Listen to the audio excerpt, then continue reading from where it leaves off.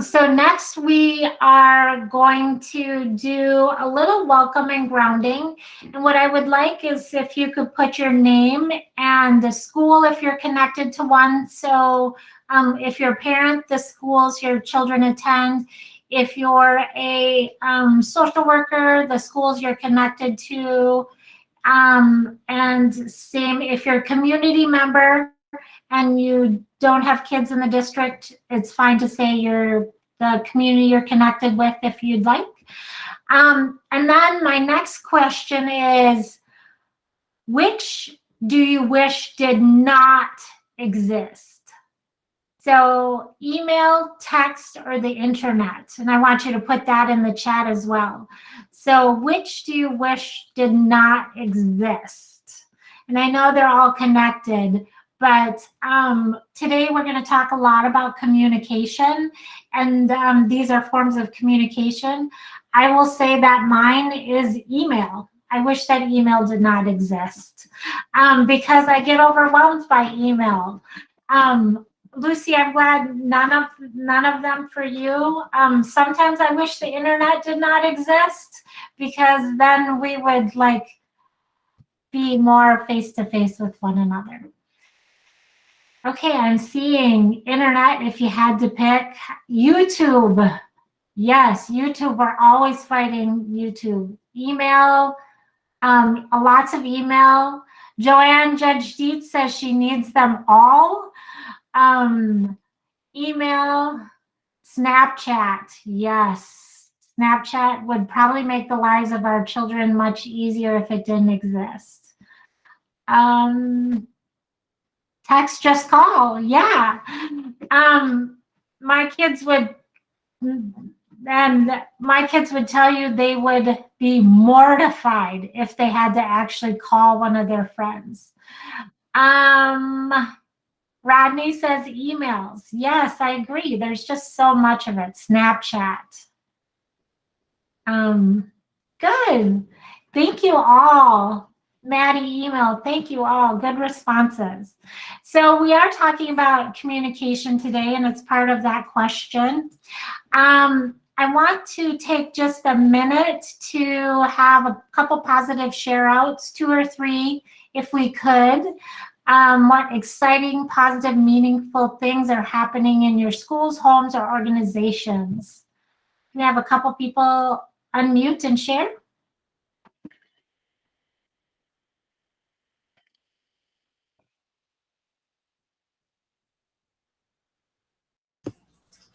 My kiddo has been doing distance learning the entire year, and last week was his first week back in a classroom. And so we were super excited about that switch. And my pre-K kiddo is finally getting 5 days of afternoon preschool, which is delightful. That is awesome. I think it's a success we can all connect to. Thank you for sharing, Janine. Others?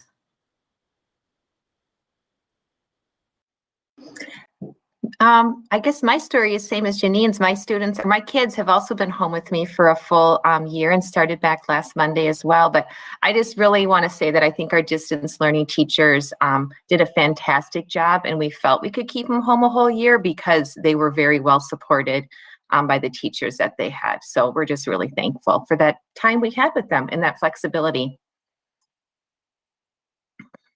Thank you, Erin. Others?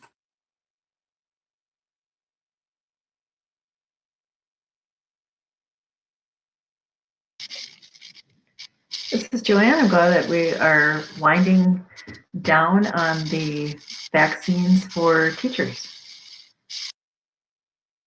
Yes, big shout out to Olmsted County. And we're so grateful. Thank you, thank you, thank you.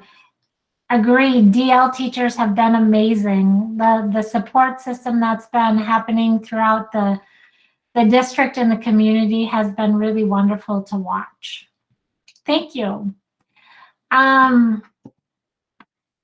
Next, I just want to take moment, we're going to have mindful moments, and think about the way in which you communicate with your family. Is there any form of communication that brings you joy? A phone call, an emoji, a written letter? My daughter shares TikToks of dogs with their lips stuck to their teeth because she knows I think that's like the funniest thing in the world. Think about those different ways. And in terms of a written letter, they still do happen. I actually got one from someone on this call in the very recent past. Lucy, thank you so much for her camera went dark when I called her out. And I've sent 2 of those letters. Think about those things that bring you that joy, because at the end, in our closing, we're going to maybe ask you to send a text or have a moment to share with someone who might need that mindful moment as well.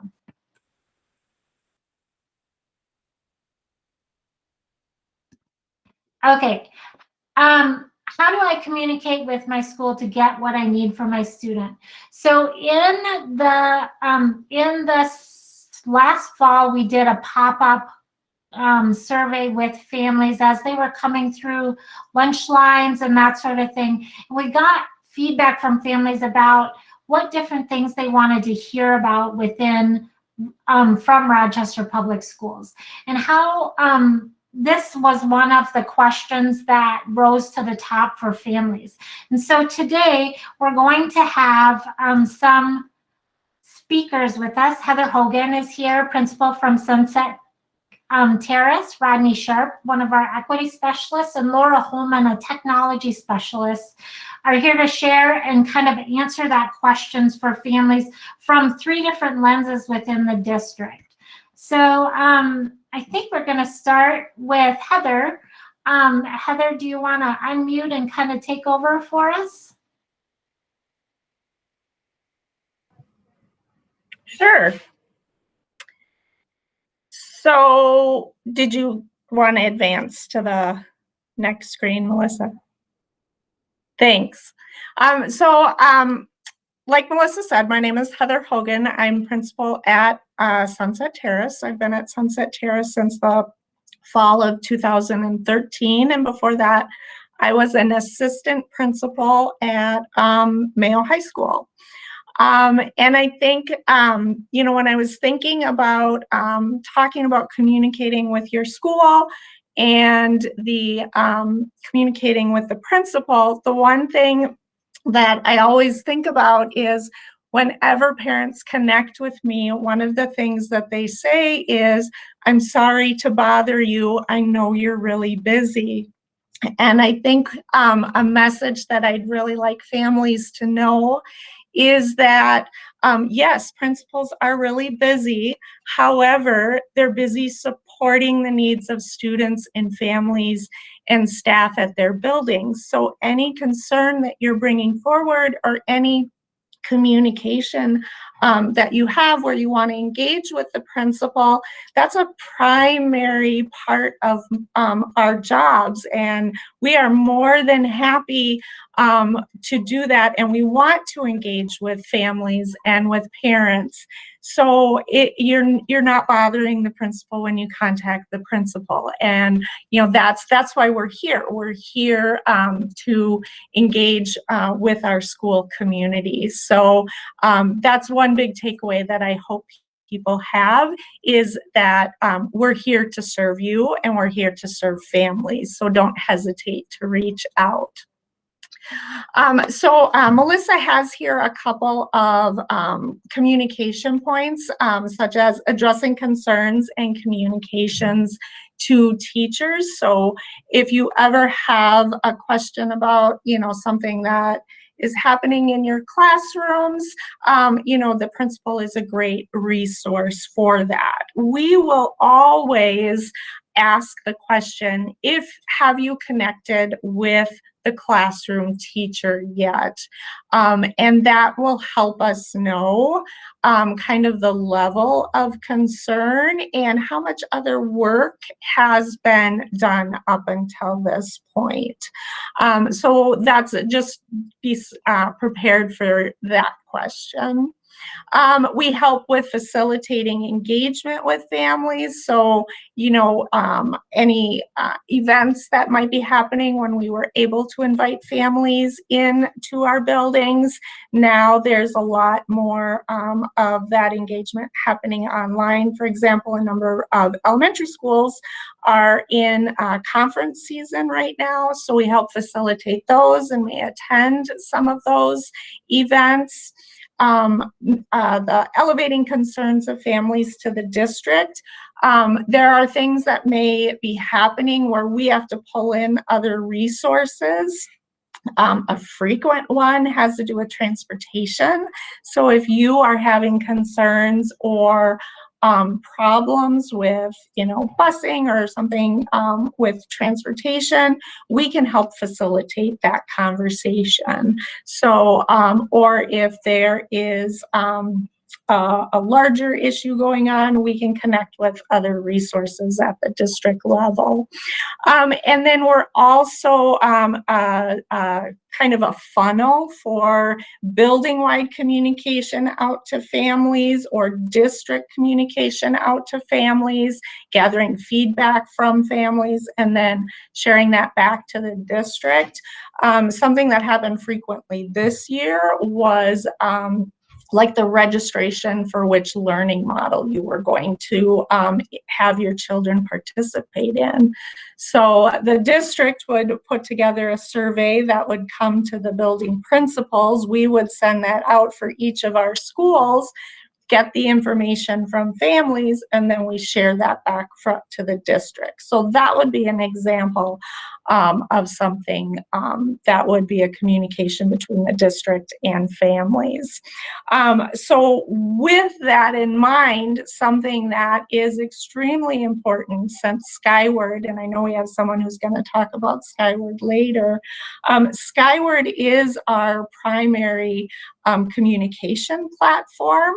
And so I always encourage families to make sure your contact information is up to date there. Otherwise, you can miss out on important communication from the building, from the district.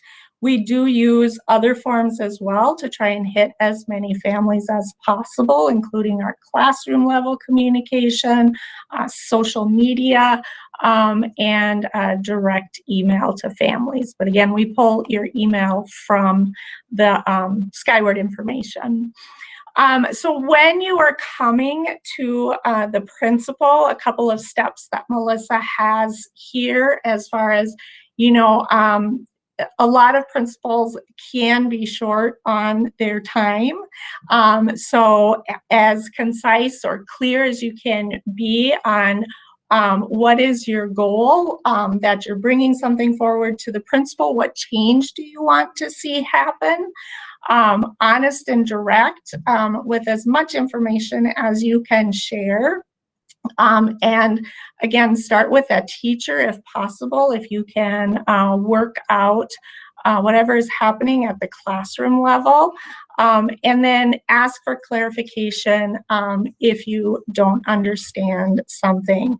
I love it when families, if I send out something through Skyward to families and families come back to me with questions and just being able to clear up any misunderstandings, or, maybe I wasn't clear in my communication, and then that helps me moving forward as far as how to best communicate with our families. And we're always trying to get better on that and always taking feedback from families on what's working or what's not working, because ultimately we want families to get the information that they need so that they can help support students, their students, and that we can all work together. It's really a partnership, and it's important for us to know if we are not communicating in a clear manner or we're leaving information out.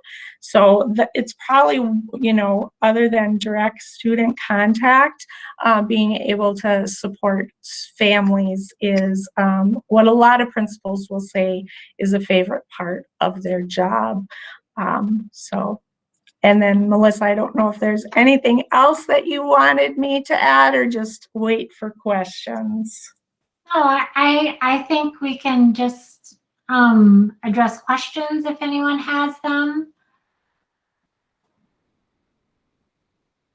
I often think that we're maybe a little, our Minnesota has a tendency to try to make things a little too gentle, and so we try not to be as clear and direct as we sometimes need to be. So I encourage that kind of directness. Rodney, would you be okay if Laura went next, because she's got to be out of here? Okay, so I'm just gonna bump Laura ahead a little bit. So Laura Holman, do you want to kind of work next and talk about technology and how that we communicate with school?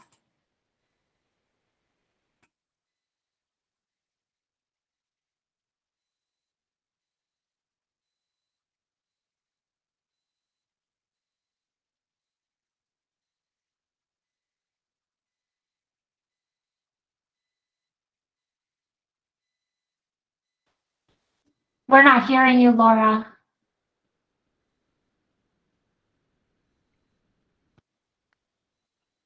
Still can't hear.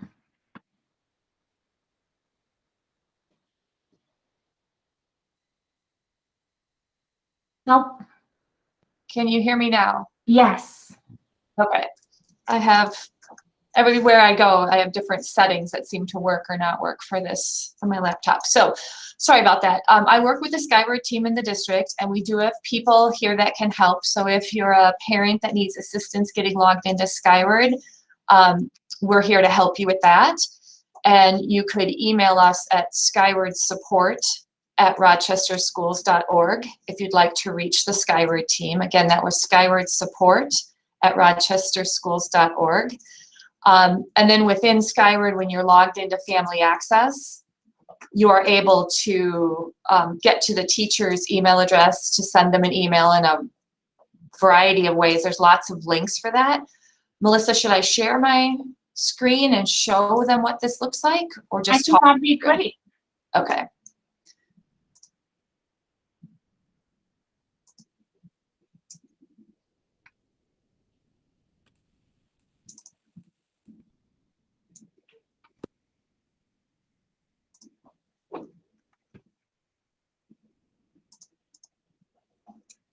Okay, so are you seeing a Word document that starts with communicating with teachers from Family Access? Yes.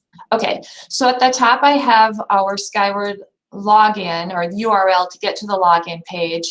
I can also show you in a minute after I finish this where you can find that on the district's website, because a lot of times you can be given a link, but you also need to know, how do I find that when I don't have the link available? And we do have links to this on the district's website.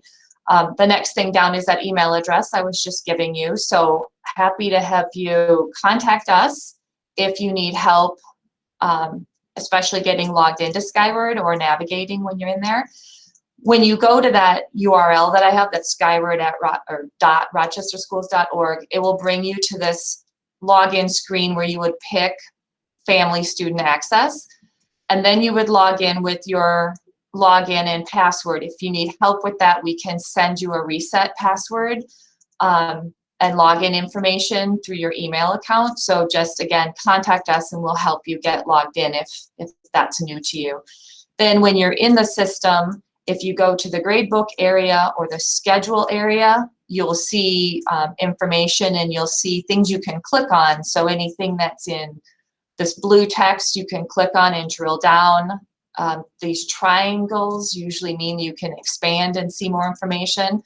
But if you click on the teacher's name, it will come up, and their email address will come up. From there, you can click on the email address, and you would be able to, if your computer was set up with email, it would just open an email and you'd be able to send that teacher an email. It looks very similar from the schedule area. You would be able to see the teacher. This is a view from us for a secondary student. Elementary would look a little bit different. They don't have nearly as many classes scheduled. Some teachers will also post on the message board. So when you first log in to the system, there might be a message from a teacher. And then again, it has their name at the top. So go ahead and click on their name and it will come up with their email address. So lots of ways where their email address or their name is showing in Family Access, and you'd be able to click on their name, click on their email, and you have it. I do want to remind people that because we have over 1,200 teachers in the district and over 3,000 staff, we do have people with similar names. So this is a great way to know that you're getting your teacher's email address instead of perhaps getting a different teacher or somebody else in the district. So be aware of that. You can also post a message on that message board. And so if you click on the home area on the left side in Family Access, at the very top, there's a post a message. You can type in the message right here where I have the first yellow bar, subject if you want it. If I picked a student, Leona here, and then if I click in the to box, I get a list of all of Leona's teachers. So I can select which ones I want to post this message to. I can do one message that can go to multiple teachers. And it does tell me, you know, which subject they are. If you wanted to, if you have multiple children in the district, you can see, if you didn't have this regarding a particular student, you'd be able to see the teachers for your different children listed. So you can pick which ones you want to get this message. It does not email the teacher, but it posts a message to them in Skyward. And then they get a little indicator that they have a message waiting for them. So some may prefer email, so certainly go with what the teacher directs. But this is a way to send a message within Skyward to teachers and be able to send one message to multiple teachers. Another thing to keep in mind is that we do have a mobile app with Skyward. So you can install a mobile app on your phone. And when you're in the mobile app, and it's the same username and password that you use to log into Family Access. And again, through Melissa, I can provide instructions on how to get and install the mobile app. Basically, you would just go to your Play Store or the iTunes and download the Skyward app and then follow the instructions that kind of guide you through it. But we have some more instructions if you need it. And then you'll see similar areas. So if you go to Gradebook or you go to Schedule, you'd be able to, again, see the teacher's email address. So it'll look a little bit like this. So I click on these three dots on the band class, pulls up the teacher. I click on the teacher and it gives me their email address. So right there on your phone, you can get connected to the mobile app and then message your teachers pretty easily. I will also say with the mobile app, once you set it up, you don't have to type in your username and password every time you access it. You put in a 4-digit PIN number, and then if you get logged out, all you need to do is that PIN number. So as long as your password doesn't change with the mobile app, you just do a 4-digit PIN if you need to connect. So it's a lot faster to log in. You can also post a message. So while the mobile app is a scaled down version of Skyward, it doesn't have the full functionality. It does have all of the functionality that I've just been talking about with you this morning, where you can click on the teacher name in the gradebook or the schedule area to get their email. You can post a message and see the list of teachers. So that was one thing that I wanted to show everyone. It's just kind of a quick look at how it looks in Skyward and how there's multiple places where you can see the teacher's name. And then another thing that Melissa thought would be good to talk about is and I think because Heather was talking about this. So in Family Access, are you seeing this new screen now? Not yet, no. So maybe I just shared a window. Let me show you this because I wanted to show you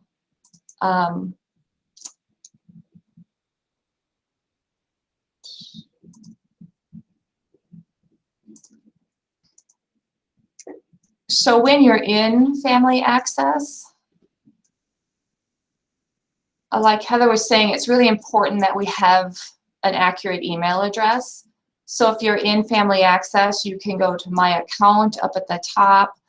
That's a little bit harder to maybe see and remember, but if you go to Student Information and Request Changes, you can update your email address just by typing in a new email address here and here. You can update phone numbers here and then save it to the system. So when you log into Family Access, you're able to update your email address. Another thing I don't have it on the screen, but there is a Skylert, because I'm in a database that isn't showing real student data here.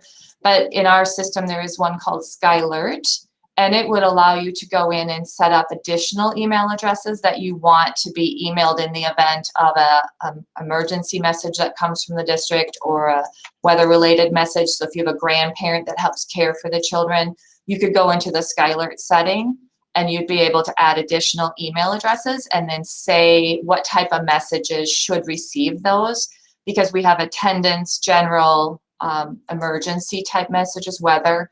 And so you can add more phone numbers and more email addresses to the Skylert. Sorry, I didn't notice that wasn't set up for this on this training system. And just so you're aware, if you do set up those phone numbers, Grandma might get a call at 5:30 in the morning about That's true. the snow or the school being canceled. Yes, that's true. So make sure they're aware of it and they're fine with it.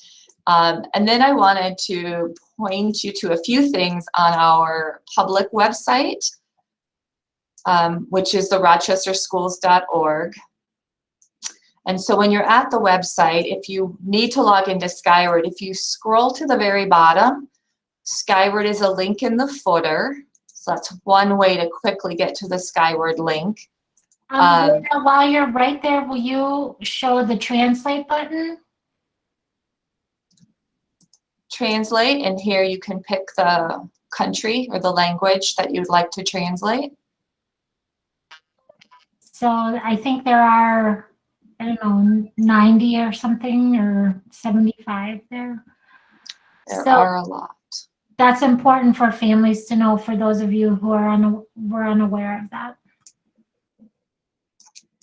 So that's where you can see the Skyward link. Also, I'm showing you a few different things. And then if you click on the magnifying glass, if you're having trouble finding something, this is where you could type in a search. So you'd be able to type whatever you want to search here. So this is a great way, because we have a lot of information on our website. And if you're struggling with finding anything, use the search field. There's also a direct link to some of the popular areas here. So Skyward is right here. Calendars is here. There's some basic popular searches. So the COVID-19 dashboard, there's different things right here on the search. So I want to remind people that that magnifying glass opens up that search to help you find what you're looking for. Obviously, select a school. You can go directly to your child's school and get information on that. Otherwise, under the family tab, there's also going to be a lot of information for families. So if you just click on families. So then on the left, there's a lot of information here that people can go to. So that's a great place to start, probably, to look for your information. But I also wanted to point out that this year, during with the pandemic, we do have a student help desk that is available for families. And so if you or your child is having trouble getting connected to resources, or they have a question about just something with their device that's kind of just a basic how-to with the device, or you're having trouble with your internet or your router at home, this student help desk is there for you. And the hours, I think it says, are from 7 to 7. Yes, 7 a.m. to 7 p.m. Monday through Friday. And you can call this number, which is 1-800-789-0051. So that's for families that need help connecting. So I wanted to point that out to people. And then there's more information if you had questions about some of the things that are going on with the coronavirus and different options and things that are available in the community. We have community resources here under this same area of this current school year in the COVID-19 information. And then also under families, we have some Skyward tutorials. So if you'd like, if visuals are helpful, you can click on some of these short 60-second, minute-long, videos that kind of show you the basics of different areas in Skyward for families. So I know that was a lot of information. I'm happy to answer any questions that you have. And I will say one of the other things that Melissa had on her PowerPoint was about devices. So you'll get direction from the district on turning in devices at the end of the year, and also if a device is damaged, what the procedure is for getting that device turned back in and fixed and a new device back out to your student if they're still in distance learning. So I think I'm going to stop presenting now. And again, hope that was a good amount of information and not too overwhelming, but happy to share out more documentation if that would be helpful. Otherwise, do you have any questions for me related to Skyward or using that mobile app, anything like that? Laura, this is Lindy, school social worker at elementary and preschool. I think probably one of the biggest things for our families is, at the high school and middle school, you use Skyward a little bit differently. That's kind of where you go to see your students' grades. At the preschool and elementary level, it kind of contains your basic family information, specifically address and email address. Is there an easiest way for families to change that information, especially if they're working off from just a phone, so they don't have a huge screen to work with, or if I know that the thing you showed translates to different languages, but maybe if there's they're just not up on technology. There is the one screen where you'd be able to log into student information and you can request changes and update it. It's going to work better on a computer than on a phone. Okay. The other thing is if you look in there and you see information that isn't correct, you can just contact your child's school. If you contact the school, they will update that information for you. Okay. So everybody, you can just go through office managers to do that. Yes. Yep, absolutely. We all want to have the up-to-date information. So the office managers are happy to take that information. Okay. And yes, that's true. Elementary, there isn't as much information. It's not like they see the grades progressing. So elementary families just don't tend to log in as much to the family access. Any other questions?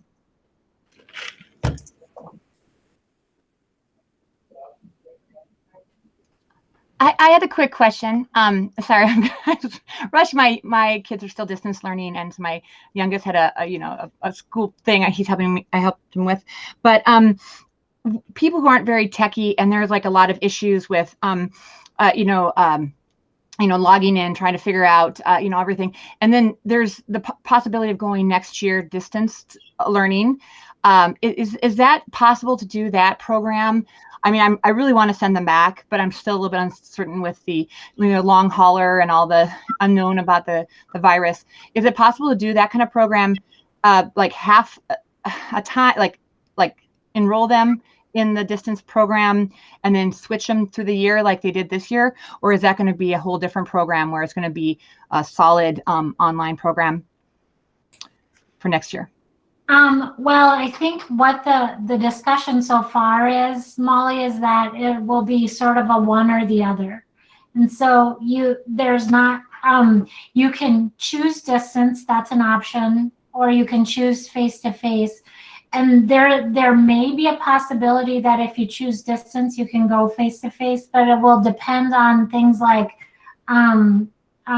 classroom availability, in terms of whether there's space, because we do have to hire and plan for staff. And so if a lot of parents are deciding that they're changing their mind, sending their kiddos back, and we've have teachers who have signed contracts for distance learning and teachers who have signed contracts for in the classroom. It gets tricky for us to be able to navigate back and forth. So I wouldn't say that there's absolutely no chance, but I would say that, I would try to be as thoughtful as possible when you're going through that process. Because it's not a guarantee that if you're in distance learning, you'll be able to move back to face-to-face. Anything else for Laura? Laura, I know you have a 10:15. We can let you go if you need to go. All right, thank you. And just let Melissa know if anybody needs more documentation or more information, we're happy to get tutorials or videos out to people that would like it. Thank you, everyone. Thank you, Laura.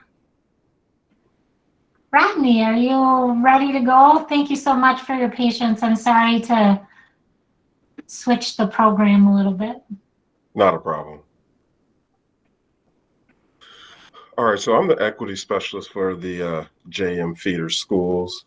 And one way that I have been communicating a lot during distance learning is home visits. I think it's been really effective. At first, I did try to do Google Meets with students, and it was very surface. They had been on the computer all day. They didn't really want to be on there much longer. So I decided I was going to start doing home visits, and I thought it would end once it got colder, but I kept meeting with students even when it was cold outside. It's something that they really liked. I really liked it because I got to know parents. I got to know other members of the family. And, I learned a lot of things. Like, I think we were delivering foods. Like, we were having an issue with food, and I realized, well, some people are getting food twice because one school is sending it and then another school is sending it because you have kids at multiple schools. So I got to learn things like that. And a lot of kids were sick of being in the house. They had been in the house for a year. So I would try to meet them during their lunchtime, which was a difficult part. When you first start, you just go there not thinking that, oh yeah, they're in class right now. So I would pull them out of class sometimes, not even thinking about it. But once I got a hold of it, I started just going during lunchtime, and we would just take a walk around the block and just talk about whatever. Sometimes it was about school. Sometimes it was just about life. I think they were just, like I said, a lot of them didn't have communication with anyone outside of their family. I meet with one student who said she has only gone to Quick Trip in a whole year.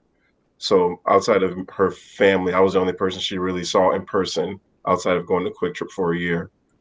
So I think that was a big, and parents, they start to feel more comfortable with me the more I stopped over. I think they were feeling more open to tell me what was going on, the needs that their students needed. And a lot of parents didn't know about what the no credits were.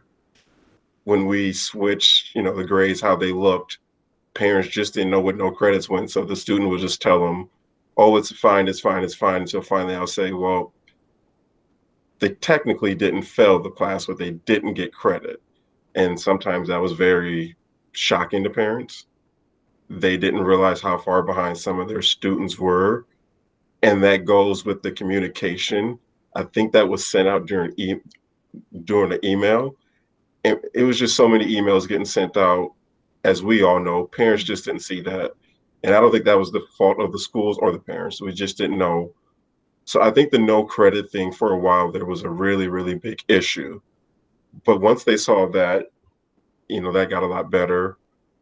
When it comes to admin, I know Heather had mentioned, a lot of people say principals are busy.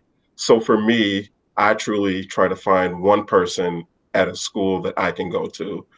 And sometimes it's admin, sometimes it's a counselor, but just someone I can go to get me the answers I need, because I'm on 7 different email chains. So for me, it's hard to keep track of what's going on at every school. So I had to find one person at every school to try to help me out and navigate what's going on at every school. I think distance learning was not ideal, but for someone like me, it did help because it got me into places. I think if we kept school the way it was, I never would have gotten to know some of the families that I got to know, So I try to take a positive out of that, that it wasn't ideal for everyone, but I definitely got to meet families that they never would have, they just would have looked at me as you're just someone else working at the school trying to, you have an agenda. I mean, for me, you got a lot of that last year. This is my second year on the job. I feel a lot of parents feel like I just had an agenda to get their students through to the next grade. And as you got to meet these parents, they realize, wow, you guys really do care. A mom told me, I can't believe you're out here. It's almost negative weather. It's like, this is a commitment that I made to your daughter, and I'm going to be here to help her. So that's what I would say with equity specialists. And another thing that I just had this happen the other day that made me want to bring it up. As equity specialists, I guess I can speak for myself, not all. I don't think we like to be used as a reward or a punishment. This certain says student's not doing well today, so maybe you shouldn't come see him. I'm like, well, I don't think that's going to make things any better. It's like, maybe let me talk to the student. Maybe we'll cut the time in half. But to use me as a punishment, I don't really care for. And I can imagine the other equity specialists don't like that either, because I only get to see the students once a week. So if I don't come see them that 1 week, that's 2 weeks of not seeing that student. And then a lot of these students that I meet, they already have issues with people bailing on them. So that's one thing I don't like to do, is ever bail on them. Sometimes our conversations aren't what they want to hear, but I'm still going to be there for them, regardless if it's good or bad. I don't like to be used as a tool. I don't know if anyone has any questions for me. And Rodney, so there are equity specialists in all of are connected to all of our schools throughout the district, correct? Yes. Okay. And so if you're a parent who perhaps maybe wants a student to be able to connect to an equity specialist, would a parent reach out to the office, or what's the best way? Yeah, I think you could reach out to any of the office managers. They all know who I am. They all know how to get a hold of me. So I think that would be the best way to go about it. Okay. Other questions for Rodney? Can I just make a comment? I'm sorry, so I don't mean to keep, but last night at the city council meeting, we had spent at the study session, a huge chunk of it was with the community equity and inclusion, the survey results that they just came back with the diversity council in Polko, and I just want to say that it's so hard to find. Only 16% of the people responded to the survey, but the finding that I thought was really neat is that there's a lot of mistrust in a lot of different areas of government and life, but schools, the people who were taking this survey trusted the schools.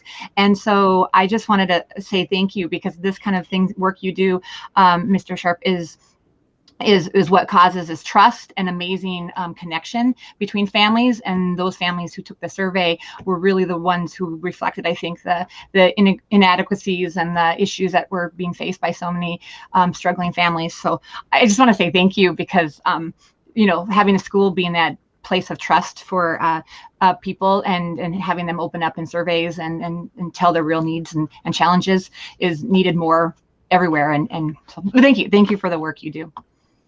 You're welcome. Yes, and Julie mentioned too in the chat that the equity team is designing a new and improved webpage that'll give more information and contact for information for the equity specialists and the Native American liaison as well. So there will be some outward facing opportunities for parents to get connected directly as well.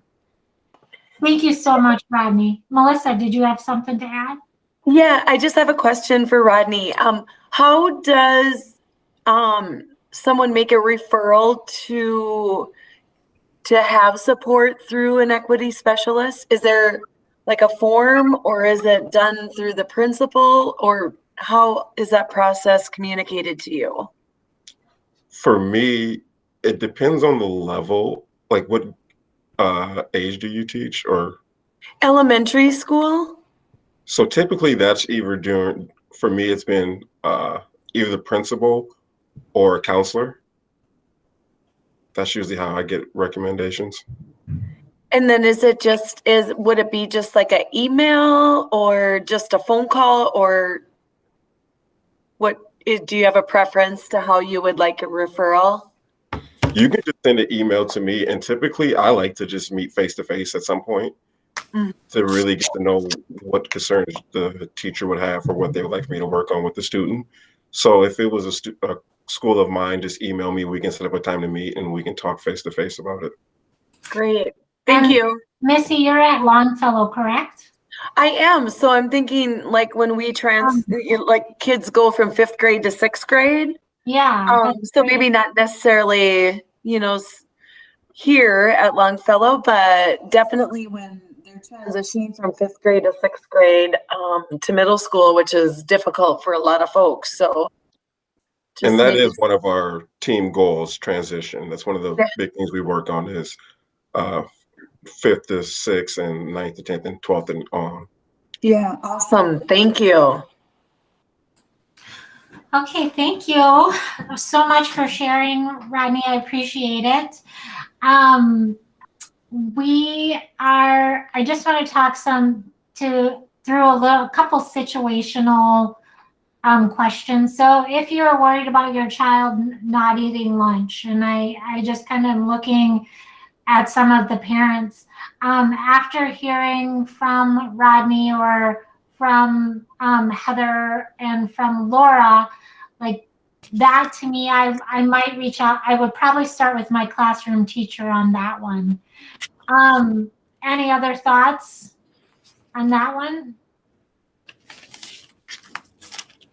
Lindy, you went off mute. No school social. Okay. I think that makes sense. Absolutely. Yeah, start with the teacher. Not sure what NC means on Skyward.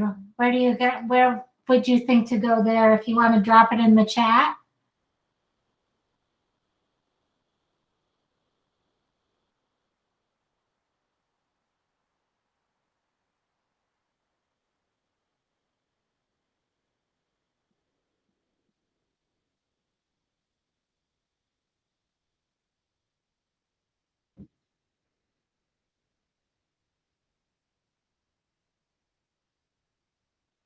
Okay, no one's answering. So that either means none of you are listening or no one knows where to go if there's an NC on Skyward.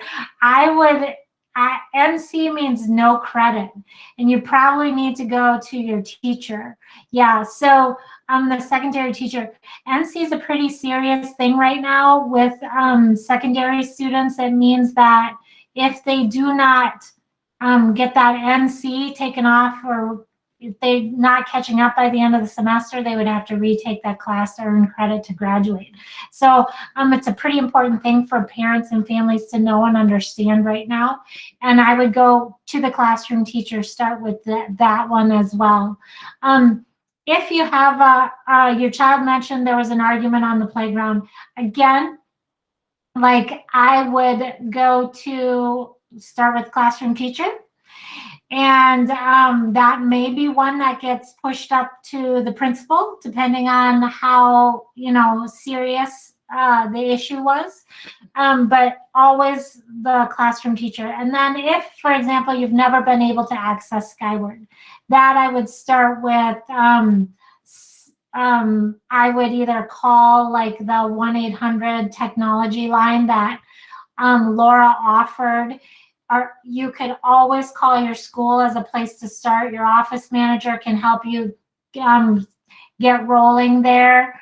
So those would be kind of some of the places I would recommend starting for those kind of communication struggles. Any final questions for our guest? I know Heather has to run too, and Rodney, if you have to run too, I totally understand. Any final questions?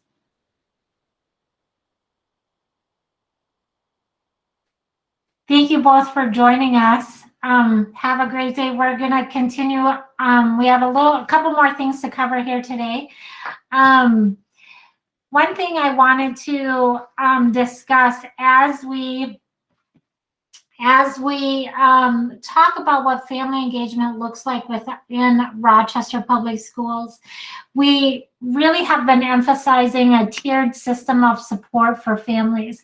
So we know that as we plan, and we're already, next month, we're going to bring a calendar of what next year might look like. We know that as we plan, there are things that are going to, we're going to be able to do often, and that will meet the needs of a large number of our families. So the things that happen often are site-based events for the entire school. So things like Dads and Donuts, or Donuts and Grown-Ups, poetry walks, online bingo, those sort of things. These meetings, we've also been hosting weekly Q&As. So those sort of things have an opportunity to impact and support a broad group of parents. It's a way to get families engaged on kind of a very surface level.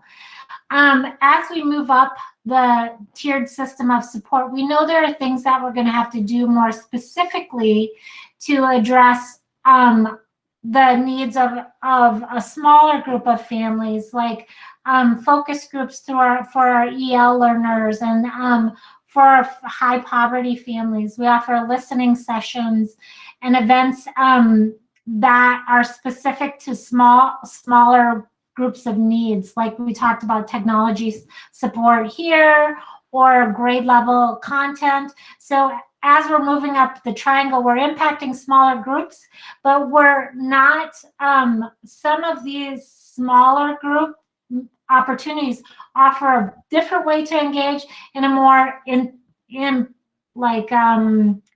way to engage. So a way to engage on a deeper level. And then at the top of our triangle are those occasional porch visits, occasional individual calls. All of this counts as family engagement within RPS.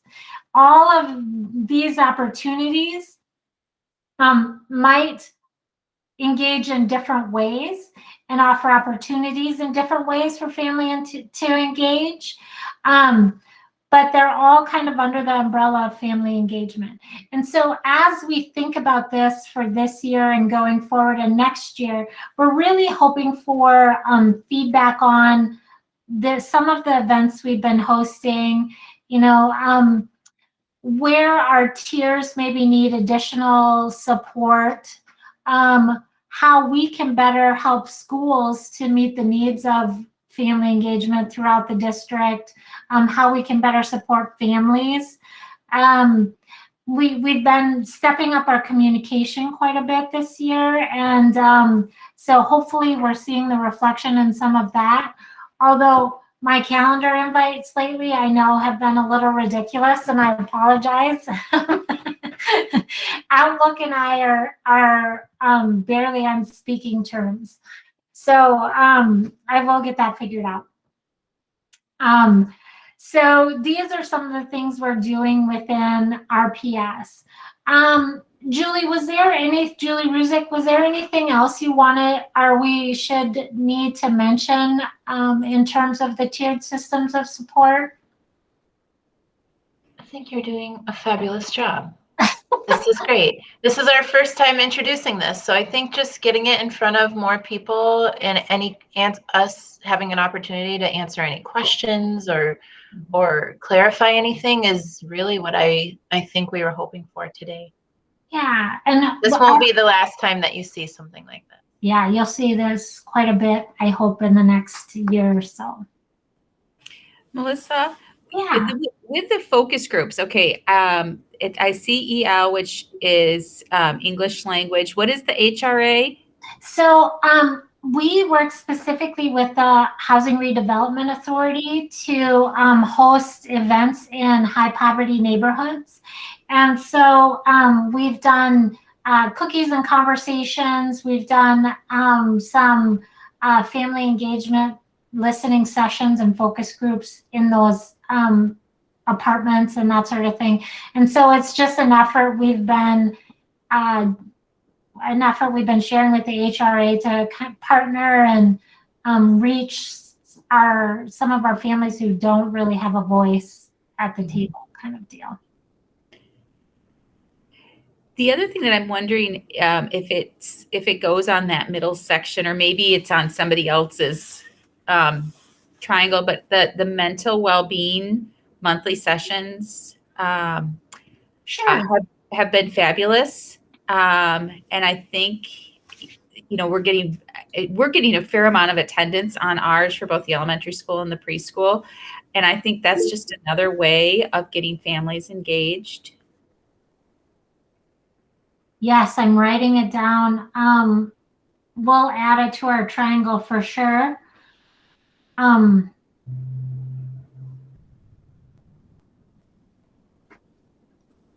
Thank you for that. Anything else?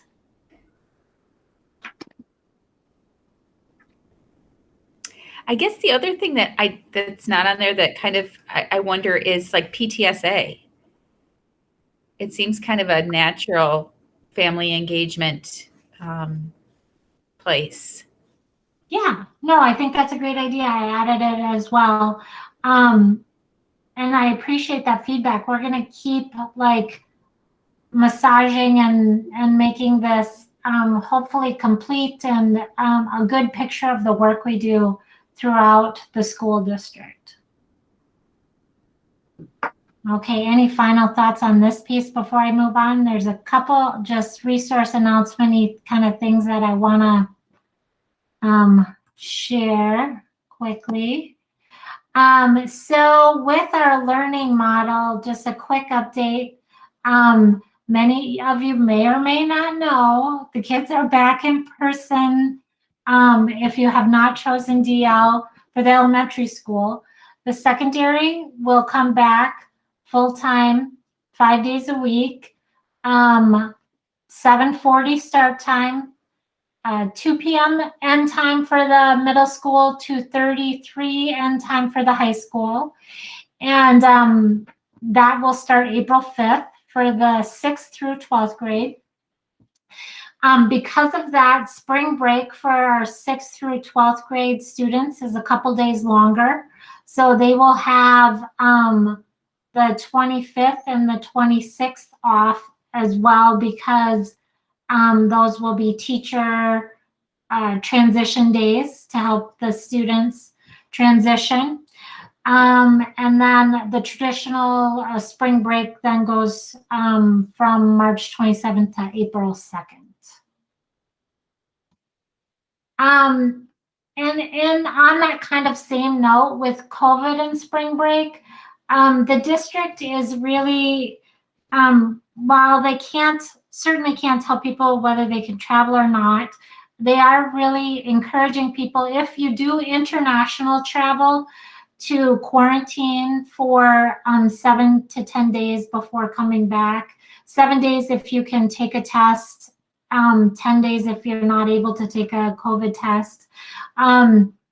And then if you're traveling domestically, just try, although travel is still discouraged, make sure that you're still mask wearing and hand washing and all those kind of good things to protect the students when we do come back from spring break, because they'll be connecting again with their peers, and there's a potential for kind of a spike in the outbreak as well. So any questions on that piece?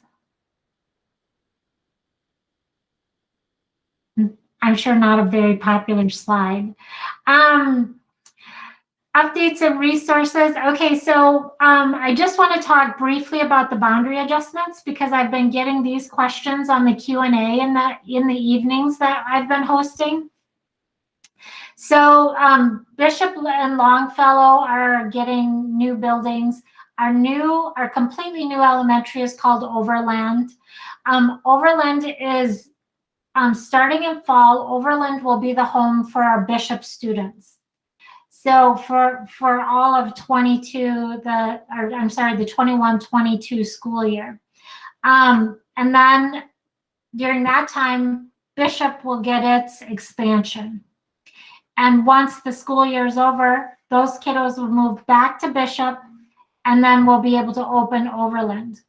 Longfellow students will stay where they are. Their building is being constructed next to where their current space is. So Longfellow students will be able to stay in the buildings that they're in.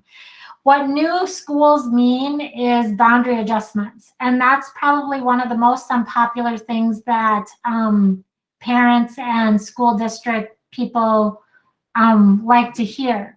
But what boundary adjustments mean is that some of students that maybe have gone to other schools, like Jefferson, might then be going to Overland, or some of our Riverside kiddos might transition to Longfellow. And these are hypotheticals, I have no idea. But there are committees that are starting to meet that look at boundary adjustments in the direction and to offer some suggestions for boundary adjustments. The district will be looking for broader feedback in April. So kind of keep an eye out for information on that. This is just kind of a first mention, a little bit of information before you're going to start to see some bigger opportunities to provide feedback. Recently as well, we've created some top 5 videos. These are a pretty cool thing that both Julie and I have been looking at. Are working with our EL department.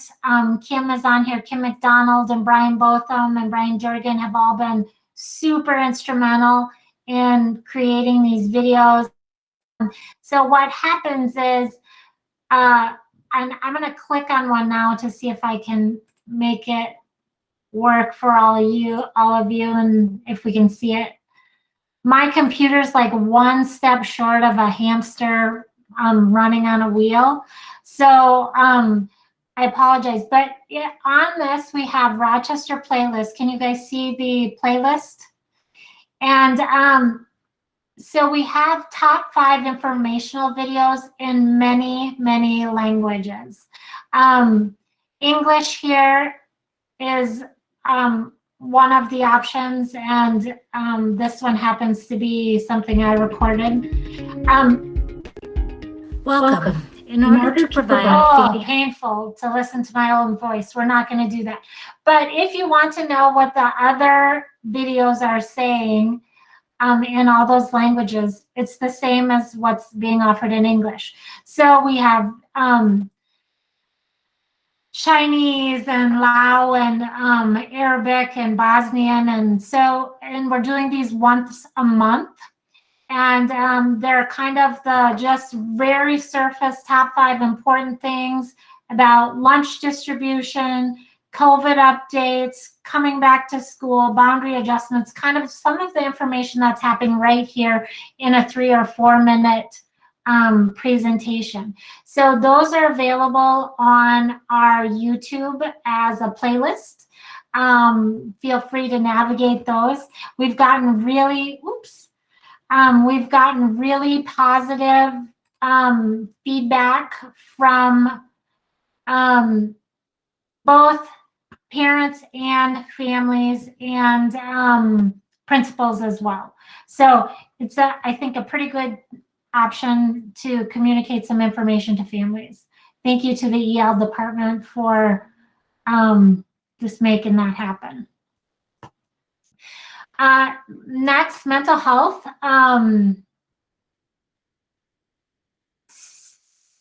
So Lindy, if you're on the Rochester Public School page and you scroll all the way, and this is the easiest way I think to find it. The 4 little buttons. So there's Peach Jar, Instagram. There's a YouTube one. You click on the YouTube one, click playlists, and it'll give you, so that's the fastest way to access it.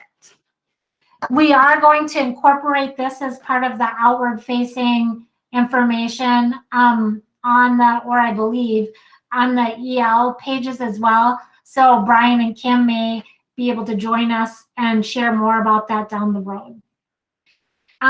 Mental health, we're still offering 45-minute sessions for families in need.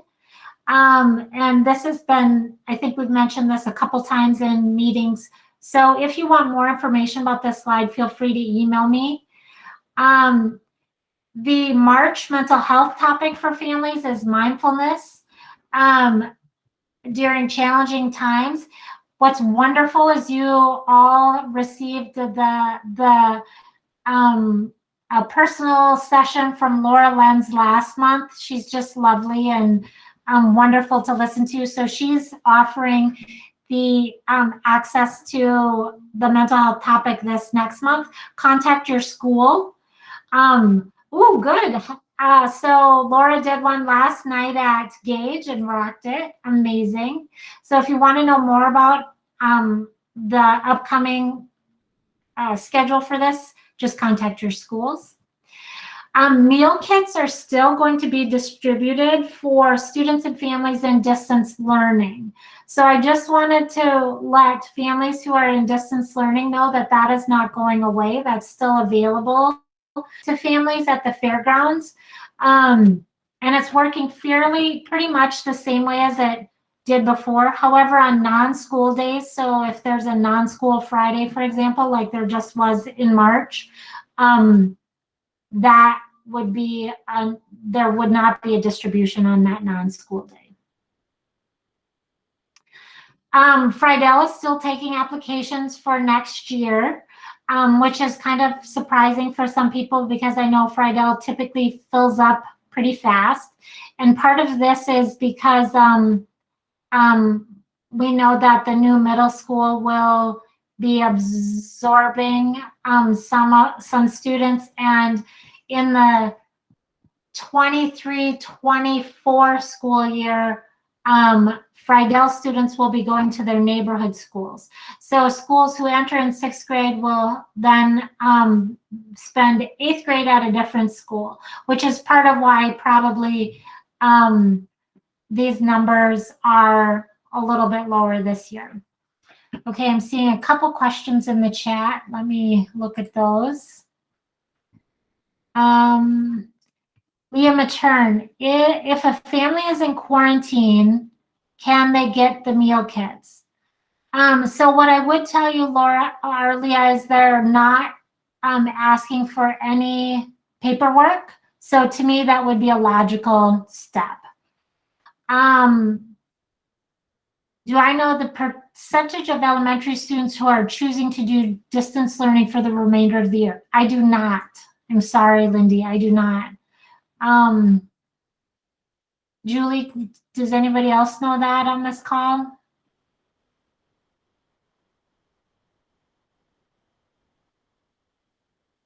I'm assuming some. I don't. No. Yeah. And I guess the exact percentage is it is somewhat irrelevant. I guess as a school social worker, my thought is that with the transition of a lot of our students back to in-person learning, I'm just trying to be very cognizant that I know there's a lot of families out there who continue to distance learning or to distance learn. And I kind of feel like in a way it's like they're the ones who weren't invited to a party or something. So I just want to make sure that they know, yep, we're still here for you. This is a valid model and we're still there to support you. Yeah. And I think the district is doing that. I just, with just that transition, there's so much energy and enthusiasm around it, Sure. Yeah. Thank you for bringing that up, Lindy. That's a great point. And I think that once or if, I know the conversations about online learning are not going away, and there's lots of opportunities for expansion in that. And I think my hope is if the district decides that, and the school board approves that an online model is an option in future years beyond COVID, that, we'll have a better way of navigating some of the communication pieces and the excitement or the anticipation pieces. So thank you. That's an important point. Spring sports registration is now happening. If you have a child transitioning into that kind of ninth grade year, or even those middle school years where they're going to try golf and that sort of thing, then they would need to make sure they have their health checkup done and get that registration in. Youth enrichment registration is still available for youth enrichment through Community Ed. So there are lots of opportunities for kids to get connected, both in distance format and face-to-face formats that are starting. So exciting stuff there. And I think we're winding down a little bit. Any final questions about resources, constructions, activities that I might be able to help answer?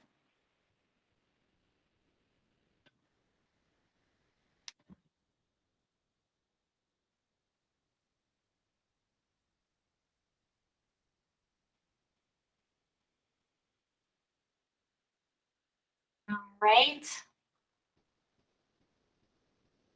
Closing. So I would like all of you, instead of our closing in the chat, I would love it if you sent an optimistic text, even though there are some of you that wish texting would go away, to a friend before you leave the meeting, to a friend or a coworker or someone who might bring a little bit joy to their day. Yes, happy school social work week to our school social workers on this chat.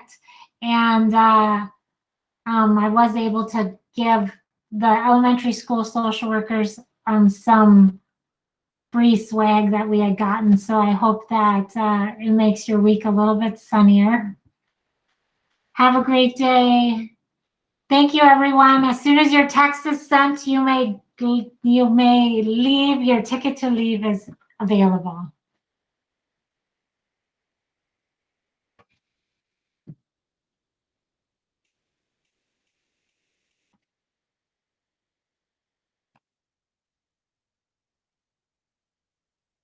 And Lisa, would you be able to stop the recording, please?